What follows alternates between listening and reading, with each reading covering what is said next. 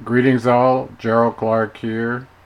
Going to continue my podcast on the seventh planet, Mercury Rising, focusing on Chapter 6, Alchemy, Past and Present. For those who haven't read my second book, The Seventh Planet, Mercury Rising, this is a picture of the front and back cover. Like I said, we're going to be focusing on Chapter 6 today, Alchemy, Past and Present. And for those of you not familiar with my work, my first book was The Anunnaki of Nibiru, shown here, the front and back cover. And I encourage those who haven't read this one to pick up a copy and read this. It will really help you with the second book, even though the second book can be read without reading the first one. And the Anunnaki of Nibiru has really been hanging in there on Amazon. I think I checked today and it was 270 something customer reviews, and it keeps popping in and out of being a bestseller in category, so that's really nice to see that there's so much interest in this topic. Also recently I wrote a Nibiru orbital update report. It's about 49 pages.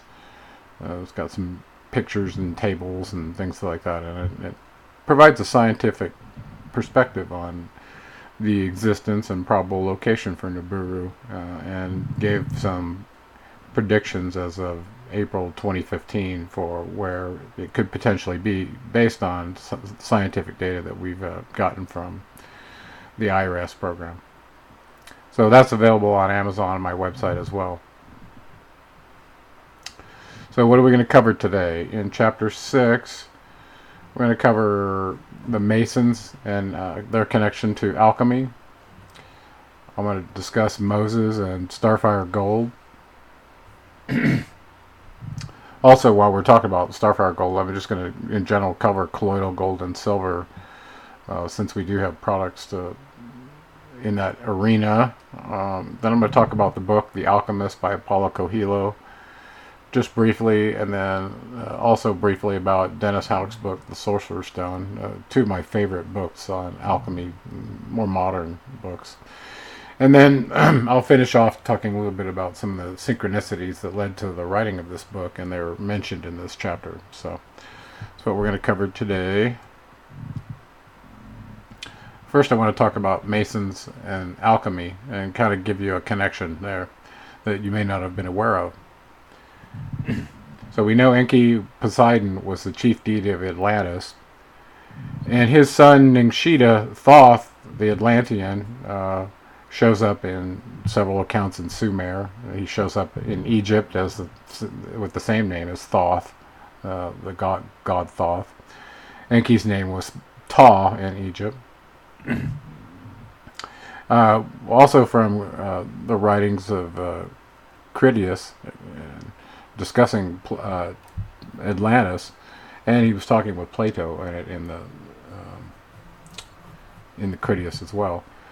There were twin pillars discussed there that were made of orichalcum, and they contained the law code for Atlantis and a kind of a significant ritual that happened periodically to assess whether the populace was operating in coincidence with the law, and it was a very different law process than even we see in Greece or in the Western world that supposedly derived from the Greek model.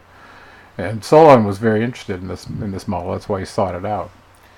So what we come to find out is that the wisdom of Atlantis was recorded on documents that Thoth took to the land of Chem when he was sent there by the Dweller, his father, the Dweller of Atlantis.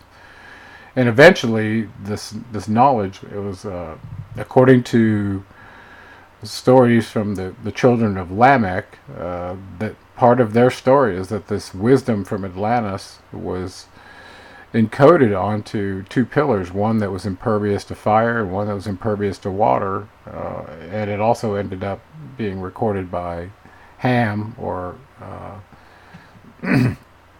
Ningishzidda-Thoth onto the emerald tablets. So we end up talking about that. It's quite significant. Just real quick, briefly mentioning Enki. Here's a picture of Enki on the Capitol building dome in Washington, D.C., where he's being affiliated with the laying of the transatlantic cable from the United States over to the UK. So that's very interesting to see him in his Poseidon get up on the Capitol Dome building. Here also, interestingly, a friend of mine sent me this picture, and it just shows a trident here along with a caduceus intertwined. So you've got Poseidon and Hermes Ningishzidda-Thoth here. So this is basically father and son. So here was a crop circle that I also included recently in one of my presentations. I thought this one was very interesting. I had a 7-pointed star here inscribed in another 7-pointed star inside another one. So you had 777 here, and then if you decode these ASCII, these little spots as if they're ASCII code, you can see it comes out to EA Enki. So these are two names for Enki. EA shows up in the Enuma Elish. He was also called Nudimmud there. And then Enki shows up in... Enki means Lord of the Earth. The word Ki, K-I, means earth, and En means Lord. So Enlil means Lord of the Air. And that was Enki and Enlil, his brother, and had two half-brothers. Okay? So one of the other things, the interesting things that came out of this connection from the first survivors of Noah's flood to a description of who this person that turns out to be Ham in the Bible really is. And this is from Genesis 5:32, where we're told that Noah and his spouse Imzara had 3 sons named Shem, Ham, and Japheth. Okay, I'm going to show you. So here's Noah and Imzara. And if you recall from my previous lecture, here's Lamech and Bilbanos, or Batanosh, is how she's called in Zechariah Sitchin's writings.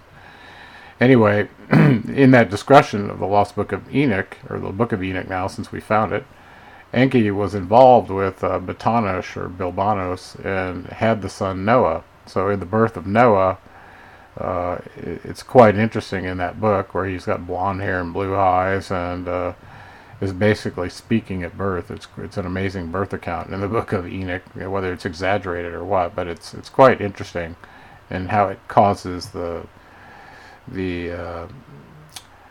Lamech and Enoch and Methuselah to get involved in that story.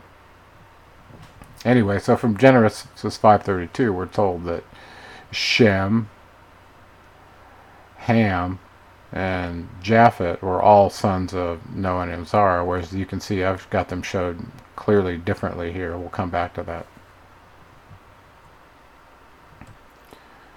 So in the story, basically, it turns out that Ham's lineage gets obscured by this crazy telling for the first family that survived the flood. So in this story, in Genesis 5:32, supposedly Ham, Shem, and Japheth witnessed their father Noah naked in his tent while sleeping. And Ham fails to cover him up, and subsequently his son Canaan was cursed for it, which was kind of nonsense. I mean, what did his son have to do with it, supposedly, right? Canaan. Well, if you look at the genealogy table I have, you see that Ham and Japheth are actually the sons of Tubal-Cain and Ninbanda. And so all of a sudden, you're like, what's going on here? And Shem and Canaan are the sons of Noah and Imzara. And Canaan is not the son of Ham, as told by Genesis 5:32. Now let's go back and look at this again. Okay, so we have Shem and Canaan as sons of Noah and Imzara. And then as the children of Tubal-Cain and Ninbanda, we have Ham and Japheth.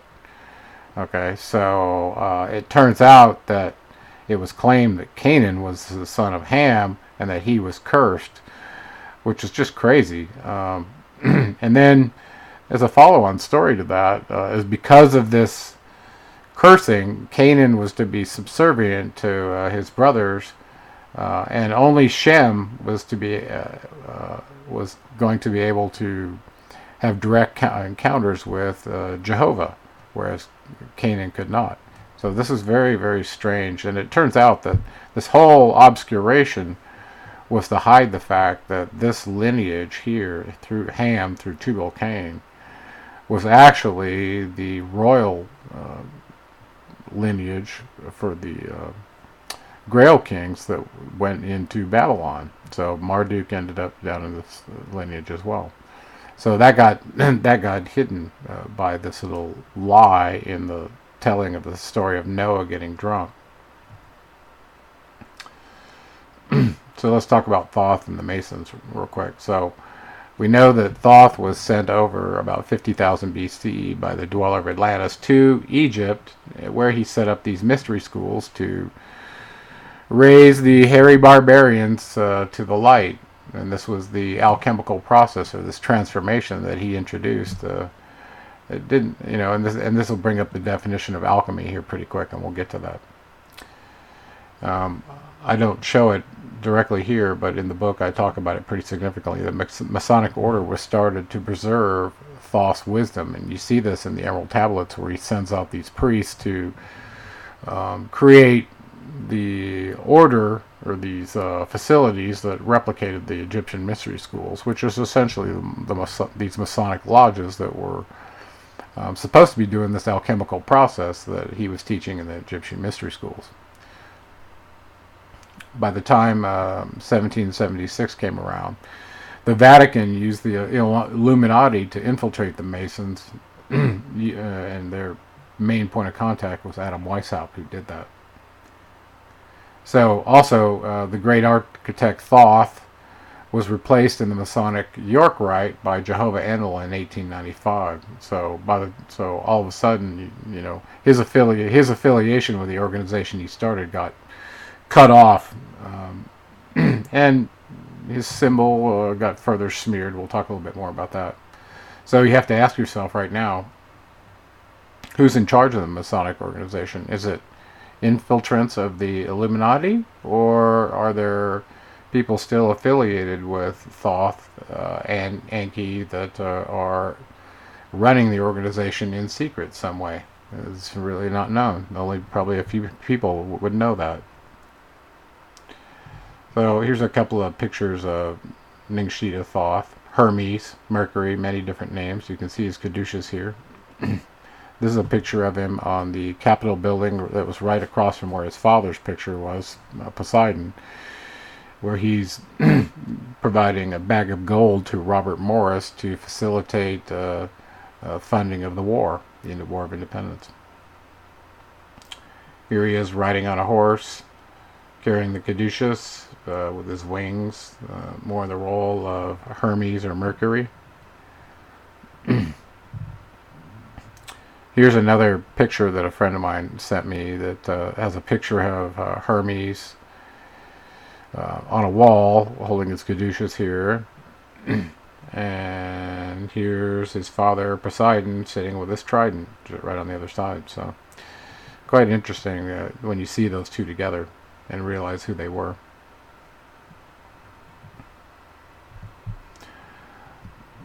Speaking of Egypt and Thoth and alchemy, the Giza complex was claimed to be built by Thoth in his Emerald Tablets, and you can do this by deduction. He says he left Egypt 50,000 years ago, or Atlantis for Egypt 50,000 years ago. He ruled for 16,000 years before he left for some hiatus, at which time he says he built the above ground edifices above the halls of Amenti, one of which was the Sphinx and the other was the Giza pyramid complex. So if you subtract 16,000 from 50, you end up about 34,000 years ago. So if you were to take the zodiacal wheel and rewind it back to around between 36 and 34,000 years, somewhere in there,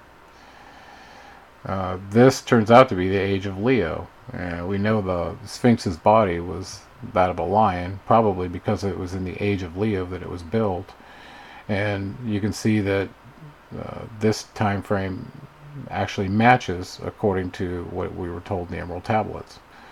Now, some people have used this 10,800 to 8,700 year for the age of Leo as the building of the Sphinx and the Giza complex, but according to what he's written in his tablets, it's actually older than that, which does coincide better with some of the erosion patterns they've seen on the Sphinx. Okay, so let's talk a little bit about Thoth. Because of who he was and what he was trying to do in raising consciousness for humans, he was smeared by the Enlilites, in particular, and Enlil himself. So anybody that was trying to take the primitive workers and turn them into something other than primitive workers was being opposed by him, and Thoth turned out to be his mission. So it shouldn't be a surprise they go head to head in battling each other. We already saw that the incursion into the Masons by the Illuminati sent by the Vatican in 1776 basically was an assault on Thoth's organization. Showing the compass and the ruler. Those are clearly architect symbols, and Thoth was the great architect. He's the one that built the Giza complex, and anybody who would deny that that's a great architect probably deserves a house built by a shoddy builder in the United States. So, okay. I want to talk a little bit about this five-pointed star. It's actually an interesting symbol in that these links are in a golden mean ratio, which is kind of a bizarre thing. So if you were to take this length as a 1, this length as a 2, this length as a 3, and the whole length as a 4, you'd end up seeing that they're related, much like the numbers in the Fibonacci sequence. So it'd be 1, 1, 2, 3, 5, and so it'd be, and then 8. So it'd be the 1, 3, 5, and 8 would be affiliated with these links on this star. In this orientation, we see 2 points at the top, some points coming out the sides, and a point at the bottom. Well, in this male position, this inverted pentagram symbolically identifies Chem, who we came later to know as Ham or Thoth. And this also was originally on the shield that was used to represent the Etruscans. Had both the dragon and the goddess on it. And here there's a dragon that I drew, but it was a different dragon that was on there.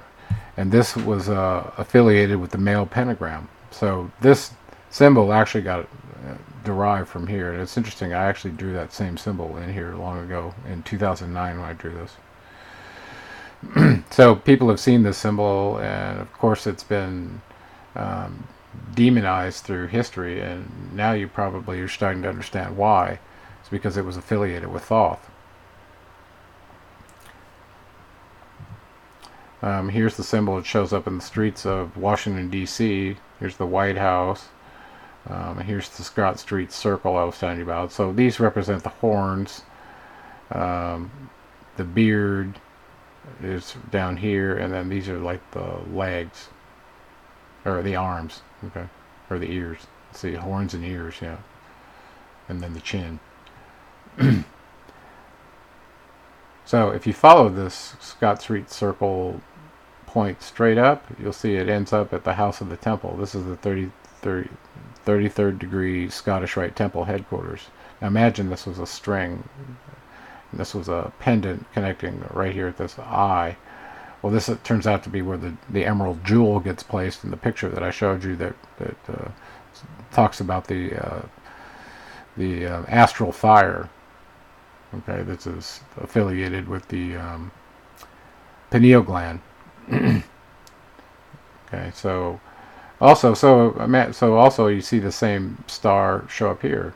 Well, if you just rotate it slightly, you end up with, well, here's one that's upside down, just like what we got shown up here. Whereas this one, if it's right side up, it refers to a different entity, who's Isis. So we're about to get to that one, okay? In just a second. So this pentagram was demonized by the Middle Age Church. Excuse me. And Gnostics were deemed the heterodoxes. And if you were a heterodox, you were a heretic, and eventually you could be tortured. So later also, the symbol was adopted by the Church of Satan, where they added a goat head inside here. And they actually, I think it's their official logo. And so that was another organization that took this symbol and then smeared it even further relative to Thoth, to try and smear who he was. Here he's shown on the Magician card from the Egyptian Tarot. He is the twin archetype, or the Magician, and his male energy along with that of Isis. So here's an interesting term for you. So Hermes plus the term Aphrodite gives you hermaphrodite. So a hermaphrodite is somebody who shares both male and female energy. Well, that was what he was symbolizing here. Okay, so in his right hand he's holding up this wand, which in different cards, like the Magus card, it's a different symbol, which associates him with Osiris, which is really interesting. Anyway, when he has it raised toward heaven, and in his left hand he's pointing to the earth, this is symbolizing his divine ability to bridge the gap between heaven and earth. And this is probably the most important part of the alchemical knowledge that he has in understanding the relationship between the heavens, where energy templates are created, and places like the earth that are material forms where the holographic realities could be instantiated. So understanding this connection between energy and matter is what makes him a magician. Okay, so let's turn the star the other way around, put it the same one we have on the US flag and many, many, many other flags, if you'll notice. And we have Isis's symbol. So contrary to the orientations that we had before, this represents the head, the arms, and then the legs, and then this astral fire position is at the vulval position for this star. And there's Isis from Egypt. So this is a very, very familiar excuse me, symbol for many of us who never really thought about where it might have come from. But this is also when it's in this orientation, it's called the Venus affiliation. And Isis is connected to the pentagram as well, the five-pointed star, based on observations from the Earth, because you get these successive inferior conjunctions of Venus that repeat every 13 to 8 ratio resonance fields. So the Earth orbits 8 times for every 13 orbits of Venus, and it shifts 144 degrees, creating almost like a I don't know, etch-a-sketch kind of pattern around here, so you can see the five-pointed star that it creates inside here. So that gives you the upright affiliation with Isis or Venus, as we discussed. Let's move on to the next topic in Chapter 6. We talked a little bit about Moses and Starfire Gold. And I think I may have discussed this on the radio a few times, but in Exodus 32:20, in the Old Testament, there's an interesting discussion of Moses feeding the Israelites gold sprinkled in the water. And so we're going to talk a little bit about that. Well, later on we discovered that Hathor's temple was found on Mount Sinai, along with this talcum-like white powder that ended up getting called Starfire gold, or orbitally rearranged monoatomic elements. And this was from the work of Lawrence Gardner that brought some of this forward. So we'll talk more about that as well. You have to recall that while Moses was up on Mount Sinai having this encounter with someone, now we realize it was the Anunnaki and Hathor's group in particular, that down below with the Israelites was Aaron, and he was a metallurgist that basically took the gold from the people and built this calf. And I also want to remind people who haven't heard me discuss this is that when you melt gold or smelt it in fire, it does not turn into a powder. It turns into a molten metal, just like most other metals do. But with the addition of stibium, periodic table of the element number 51, and knowing what temperatures to take it to, you can produce a talcum powder-like substance that they then made into bread cakes and other things, and eventually became called, had other names that they called the Philosopher's Stone as well, or manna, or Starfire gold. So let's go revisit Exodus 32:20. I think it's quite interesting, from the King James Bible. And I'm going to give you all the text so we can go over it, so you can see how Starfire gold got brought up into this story. So, and it came to pass, as soon as he came nigh unto the camp, that he saw the calf and the dancing, and Moses' anger waxed hot, and he cast the tablets out of his hands, and brake them beneath the mount. And he took the calf which they had made, and burnt it in the fire, and ground it into powder, and strewed it on the water, and made the children of Israel drink it. So I just kind of want to stop right there and have you look at that and go, well, first of all, if he burned it in the fire, the thing was made of gold, it certainly didn't turn into a powder unless you added something to it. And I just told you they had to have added stibium. So where did he learn about doing this? Where did he learn this process of exposing gold to fire in an alchemical transformation and creating this powder? Well, I just told you he was up on Mount Sinai, had an encounter with beings who were doing exactly that in Hathor's temple, so perhaps he got exposed to it there and found out that what they were using it for and why, to enhance their energy body and to activate their pineal gland and to possibly change the length of their telomeres and subsequently affect their aging. There were lots of reasons they were using it. Okay, so I wanted you to see this part that I put in red and see that he basically ground it into powder, threw it on the water, strewed it on the water, and made the children of Israel drink it. Now, why would he do that? It certainly is not, something that looks like a punishment. If he just came down, got mad, threw the tablets down, and broke them, and then he made them drink this solution, was he either trying to kill them or he was trying to change their behavior so it would stop? One or the other, right? Okay. So then Moses said unto Aaron, What did this people do unto thee, that thou hast brought so great a sin upon them? And Aaron said, Let not the anger of my Lord wax hot. Thou knowest the people, that they are set on mischief. So Aaron thinks that Moses is trying to bring a great sin upon them by having them drink this solution. And I don't think he understands. And I don't think Moses told him either. So Aaron explains that the people said unto him, Make us gods which shall go before us, for as for this Moses, the man that brought us up out of the land of Egypt, we do not know what is become of him. And I said to them, Whosoever hath any gold, let them break it off. So they gave it to me. Then I cast it in the fire, and there came out this calf.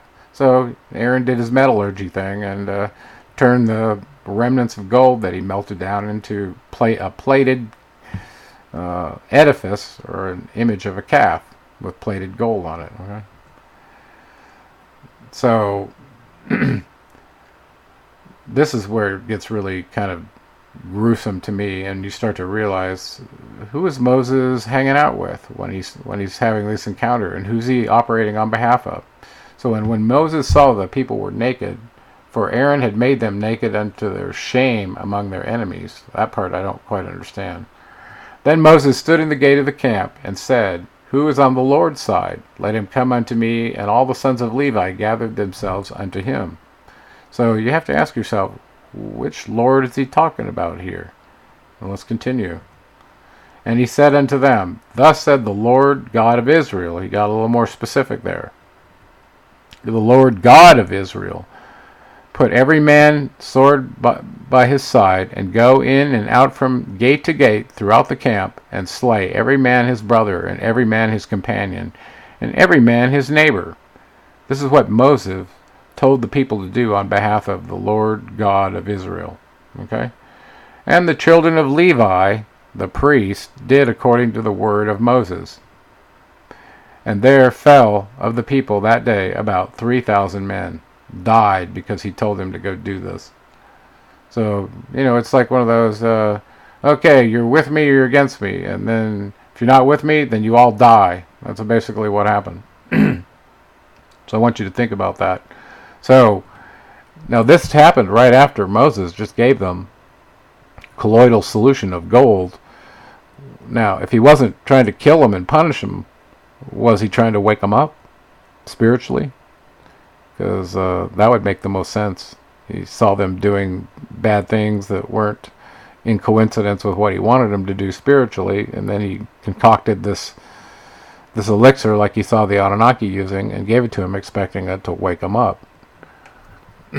So, anyway, my experience is Starfire Gold doesn't work that way. It doesn't work instantaneously. It's a cumulative process. Okay, so while we're talking more about Starfire Gold, in general, I want to talk about orbitally rearranged monoatomic elements. That's really what we're talking about. So any of the transition metals in the periodic table of the elements can be used to produce orbitally rearranged monoatomic elements. And there are various methods to do this. We just discussed using gold along with stibium and heat to break it down and turn it into a talcum-like powder that essentially represented a orbitally rearranged element, a monoatomic element. And the other way is to use acids to break down the metals to a monopole with a weak bond, so that the monoatomic element can be assimilated. So let's just talk about that. In essence, we're trying to create a positively charged single element of a particular metal, a transition metal, and this would be silver or gold or any of the platinum group. And I think there's 6 of them in there that are qualified. And essentially, these positively charged ions can be attached to in a weak bond with some other element that can be easily broken. And the reason you want to do that is that you can capture this single monoatomic element and then have it exposed to electrical conductors, in essence. And if you understand a monoatomic element, they essentially are a lossless component that allows superconductivity. So if you put something like this into a system that conducts electricity, like your body, it only makes it better. And that's been talked about affecting all sorts of processes in your body, from your energy body, your mental processes, including all your nerve ganglia in your brain, to genetic and DNA effects as well, to include possibly affecting the telomeres and aging, and also affecting the energy body and its effects on the subsequent glandular system, like the pineal gland. So there's a lot of reasons the Anunnaki were using Starfire Gold. That's what we like to call it. And it turns out there are, like I said, various methods for making it out of transition metals. So it turns out it's quite interesting that if you can make a colloidal solution of silver or gold nanoparticles that can be made with AC or DC electricity, which essentially is applied to 2 different dipoles, an anode and a cathode, in some sort of solution. Generally, it's distilled water. In order to determine the concentration of your colloidal solution, it's generally measured in parts per million, or ppm. And for the colloidal silver that we've been exposed to, and we use it quite regularly for a disinfectant internally and externally, a 10 part per million solution has been shown to be highly effective. I'm going to talk about a few other topics under the general category of energy and longevity, and these are good alchemical topics to talk about. I'm going to discuss the human meat modem model that I first brought out. A little bit more detail on orbitally rearranged monatomic elements and superconductivity. A little bit on the telomere research that was done and a Nobel Prize that was issued in 2009.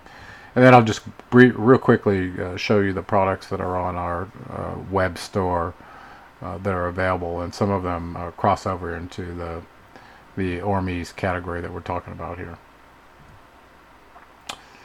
So in terms of energy in your body, I want you to start thinking about the human brain and its brainwave frequencies that have been categorized from delta, theta, alpha, beta. They can see on an EEG.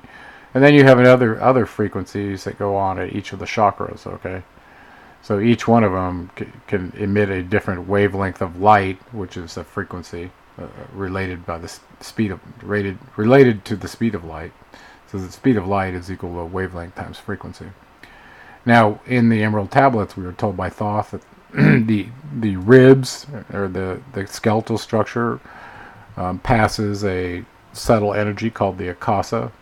And I've discussed the human body as a antenna, and so as a receiver and a transmitter for some time. That's what a modem is. It's a modulator, demodulator. So we've discussed some of the elements in the brain that look like they could be part of the receiving and transmitting part, in particular the pineal gland and the reticular activating system.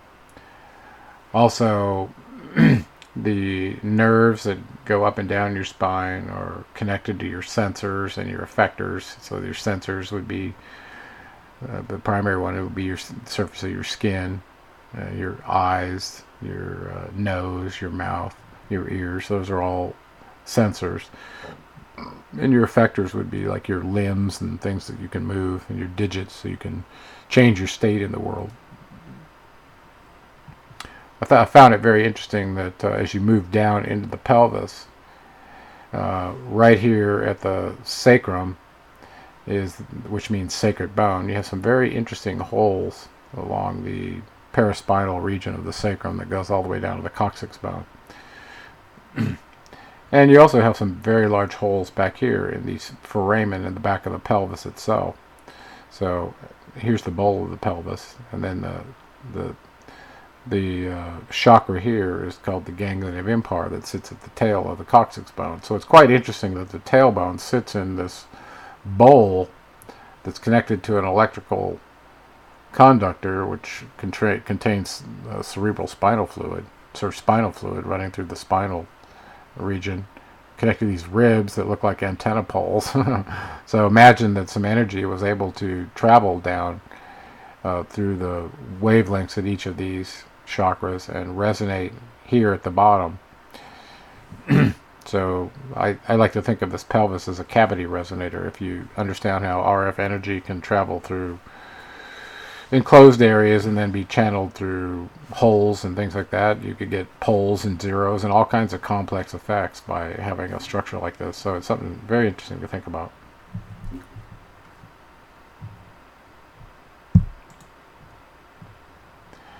I won't spend a lot of time on this, but I wanted to give them to you so you had them here. These were the equations that were used to derive what I call equation 5a here, starting from Einstein's equation relating energy and matter to the speed of light. Weight, mass, and gravity are related in this equation, equation 2.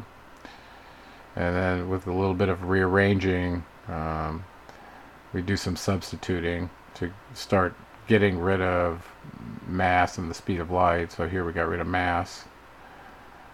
And then here's the speed of light equals the wavelength times the frequency, which you see shows up here, replacing the speed of light. And eventually, since we have more than one chakra, we're going to model 7 of them. Each one needs to be summed from 1 to 7 with its own index. I equals 1 to 7 of wavelength times frequency squared. And this is what we end up calling equation 5a. So if you were to analyze this equation and let gravity go to infinity here, you'd see that your energy goes to 0. If you let gravity go to 0 here, your energy, the limit of this energy, goes to infinity just by dividing by 0. So you can see these are analogous to having the gravity, having the if you were to model the body as a broom pole standing up in the gravity field, if you let the gravity field have its full way with the pole and bring it flat down to the ground where it's collapsed, that would be, represent this condition, where if gravity goes to infinity, you have no energy. The pole has no potential energy. It's already flat on the ground. You can think of it that way. Whereas if you're standing the pole straight up and it's balanced almost like on your finger, and you're the pole, the human body, and then gravity's having the least amount of effect on your structure. It's being fully dissipated, and this is where you get the maximal energy. Of course, it's never going to be infinity, but that's the scenario if you were to take the limit of g as it approached infinity, approach 0. So that's the condition what we want, where the human body is balanced in the gravity field with our maximal energy, shown here. Okay? Alright. Let's talk a little bit about orbitally rearranged monoatomic elements and their properties. I mentioned before that one of the properties is superconductivity. So if you put energy in, you get the same energy out. If you run electricity through a wire that has superconductive transduction properties, it doesn't create any heat.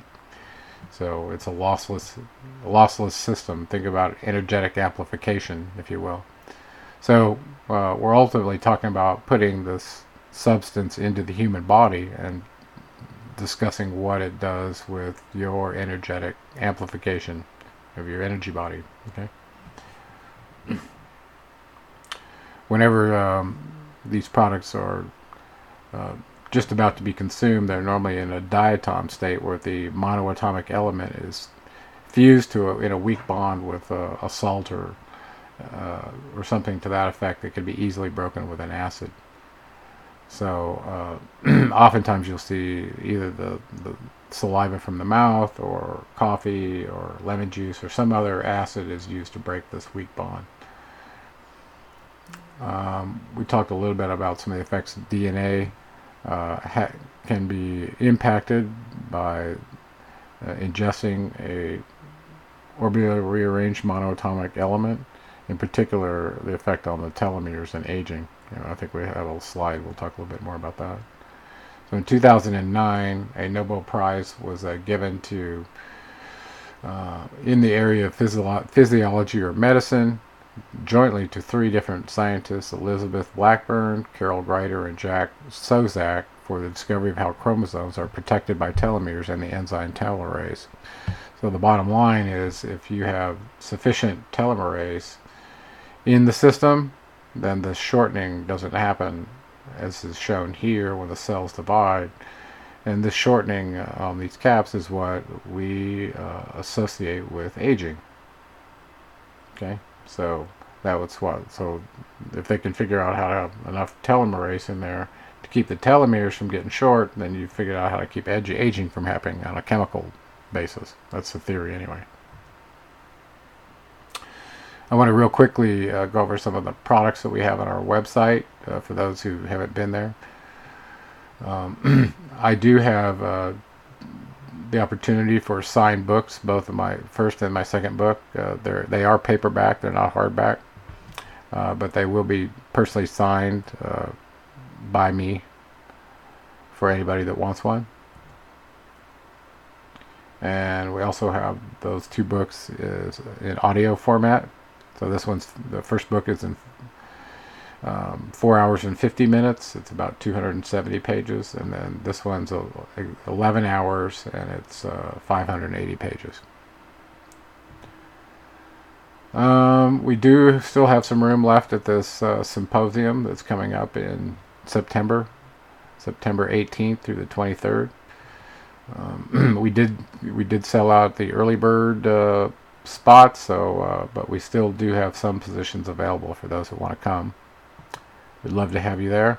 It'll be at Chichen Itza at the El Castillo Pyramid. This is the Nibiru status report I mentioned. That's Dr. Harrington, who I consider a pioneer in that space, who is mentioned in the report. This is one of the alchemical elixirs, or Starfire Gold, that Krista, my wife, offers through her website and through Amazon and eBay.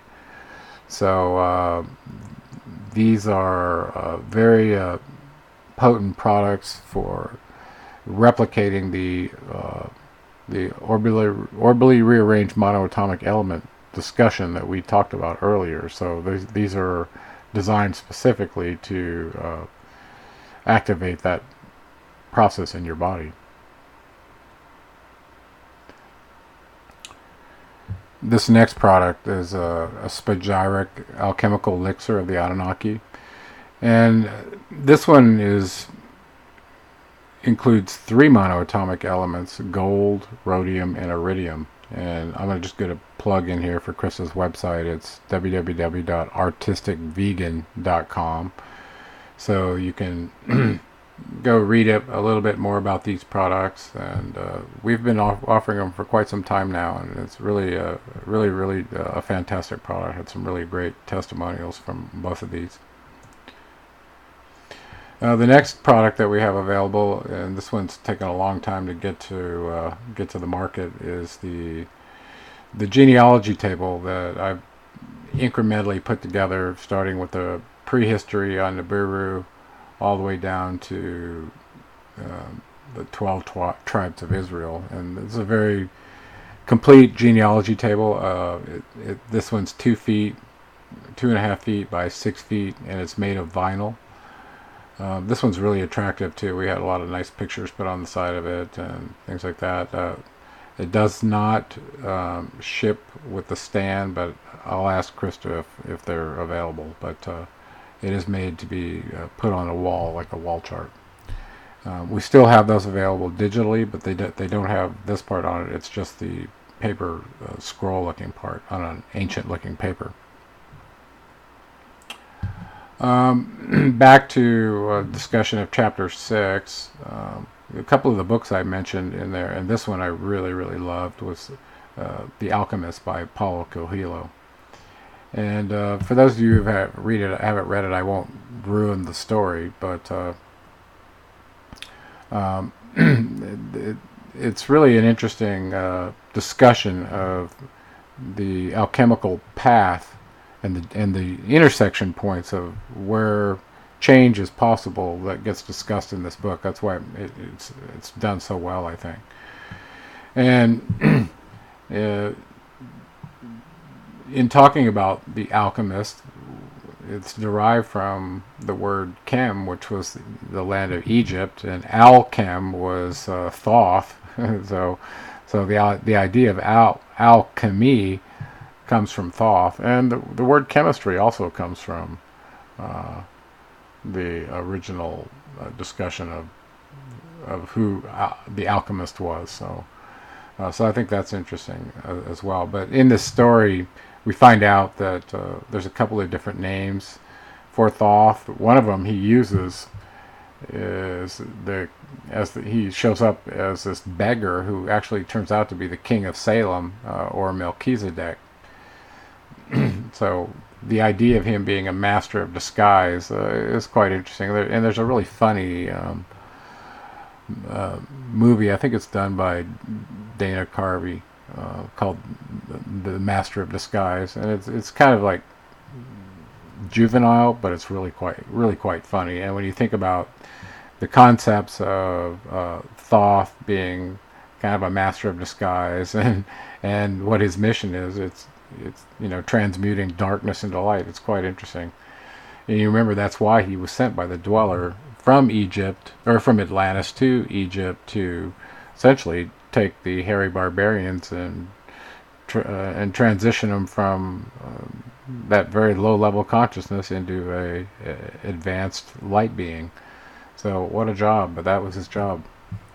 The Alchemist by Paulo Coelho, really great book. So one of the other points that comes up in the book is this role he plays, that he talks about in the Emerald Tablets as being the initiator. And he basically is the initiator for those who are seeking to live what he calls their personal legend, or trying to, walk their heroic path, if you will. And in this book, and I won't spoil what he does, but through this boy, he discusses this concept of the holographic nature of our material world. Where he's showing his hand bridging above and below, he's talking about the material world being a holographic instantiation, material transient forms of this energetic model that is more permanent, more eternal. The next book that I really like, that is a little more academic, it's not so much of a story, but digs in deeply into alchemy, is the Sorcerer Stone, The Beginner's Guide to Alchemy by Dennis Hawk. And in this book, he's talking about a golden thread that runs through all time.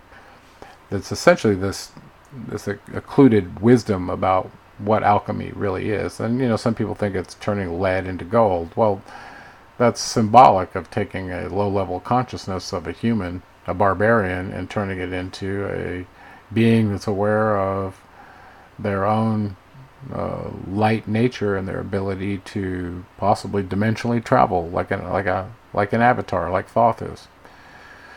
Well, in that discussion, he mentions two of the requirements to have an alchemical experience, or to participate in this process. One of them is transmuting the ego, and the other is purifying the consciousness. So, if you go to Tibet, in Tibetan Buddhist experience, they're taught very early about transmuting the ego, and purifying the consciousness.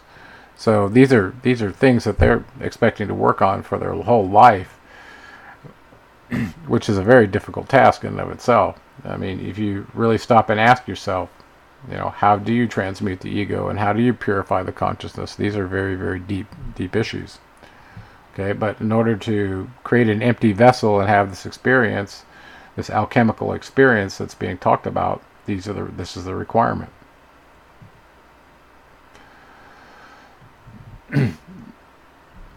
Early on in I guess it was the year 2013, right after I wrote my first book, I started having some really interesting experiences where symbols kept showing up in a rapid fashion in a short period of time. I think it happened from September 1st until September 12th. And so much so that I felt like I had to start writing them down. And this strange synchronicity between a consistent subject that was showing up symbolically in my life really got my attention. And there were about, like I said, 12 of them.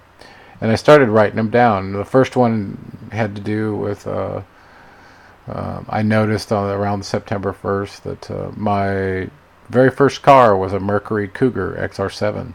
And it was a car that contained the word Mercury and was related to a cougar, which was a very significant animal to me. It turns out to be kind of a spirit animal for me. And so I thought that was interesting, and the synchronicities kept building, one after the other, and they all pointed back to the substance Mercury. And I'd never really thought much about the substance Mercury that much. I knew it was a liquid metal and it showed up on the periodic table of the elements, but after having 12 of these instances show up, one of which led to the naming of my second book. It started out to be Seventh Planet, and then it got the addition of Mercury rising later. And the reason I use the name Mercury is because I believe that that was another name for Ningishzidda or Thoth, who does these alchemical initiations as he's discussing in the book The Alchemist, and also in his Emerald Tablets. So he's really looking for seekers that are trying to wake up to the truth, and because of this initiation process, he looks for people to have an encounter with to wake them up to the knowledge that he's offering. So I really am curious if that's what was happening to me since I wrote my first book and mentioned Ningishzidda and Enki and all those folks in there. So shortly thereafter, that was on the 13th of August, or the 4th of August, I released the book, and by September 1st, not even 2 weeks later, I was having these experiences. So I included all the synchronicities that I had from those dates in the book, so I won't go over them here, but I have to ask myself, was this an initiation event by Mercury Hermes himself, as described in the book The Alchemist? It seems like it was to me. So I'm going to kind of go over some final conclusions of what I wanted you to take away from this chapter 6. Number one, this wisdom from Atlantis that was encoded by Thoth on the Emerald Tablets connects all the way back to Enki and this seeking that Solon was looking for in Greece way back when. So it's quite interesting that this level of wisdom is made it from Atlantis onto these Emerald Tablets. The two prerequisites, we just discussed those, to having an alchemical experience are subjugating the ego and purifying the consciousness. And I encourage you to figure out exactly what those are for yourself. The purifying the consciousness one usually comes down to a list of do's and don'ts. Unfortunately, that's how it's viewed. But the subjugating the ego part is much more slippery in terms of understanding. When you understand that you're connected to all life, and that your personality that's been derived through the filter that you've created through your exposure to cause and effect is not the real you, you're on the right path. But the purifying the consciousness part can get quite specific. So if anything stands between you and a clear conscience, it needs to be purified. So I'm not going to go down a list of what works for me, even though I could, but I can assure you some of them are not easy for people to do. So a lot of it has to do with overcoming desire for more stuff. So living in a materialistic way is certainly not the pathway to a higher consciousness. I can tell you right now. So in this book, The Alchemist, he talks about choosing to live your personal legend, which essentially means you can't get there by being an observer in your life.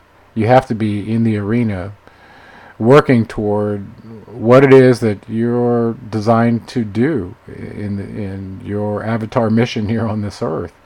So, and each one of us has a different path to walk, and it usually, in order to achieve your objectives, it usually involves some heroism. You know, risking your security, risking your comfort in order to accomplish some goal. So so Thoth tells us it's not easy, and darkness will be poured on your path. But if you follow his advice, you can accomplish it. And if it wasn't hard, you wouldn't feel so accomplished by overcoming the obstacles that were put in your path. So so think about it from that standpoint. I'll give you my contact information, and I'll leave it up for just a second, or you can pause it there and take a look at it. But if you start out at my website, there are links from here to my Facebook and my YouTube channels, and the storefront as well here. So that's really the best place to start to figure out how to get in touch with me. And that's it for today. Thanks for enduring this presentation. Our next one will be Chapter 7, and I think you'll really like that one. So until next time, it's been Gerald Clark signing out.